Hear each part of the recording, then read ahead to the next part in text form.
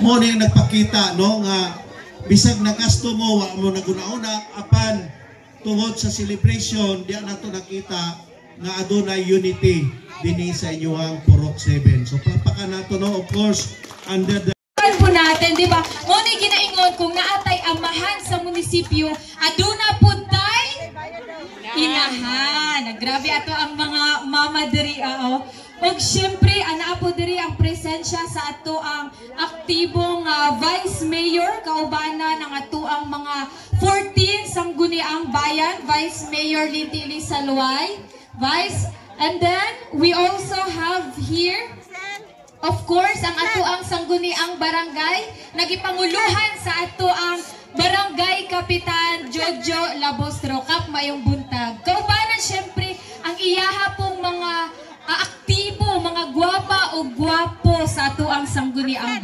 barangay. So ana dere si Kagawad sa Uban, Kagawad Bonbon Laya, Kagawad Kimi Imba, Kagawad Jun Tumakin, Kagawad Leonardo Salas, ang pinakabata sa ato asa pang ibang kagawad. Coming pa. O ganaa po ta Kagawad si Romines. Pang reels ni, pang reels.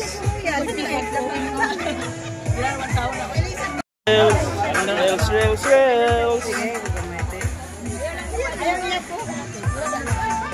Wow, fresh na fresh. Wow, ay. Wow. Ano masabi mo? Nangiki ka?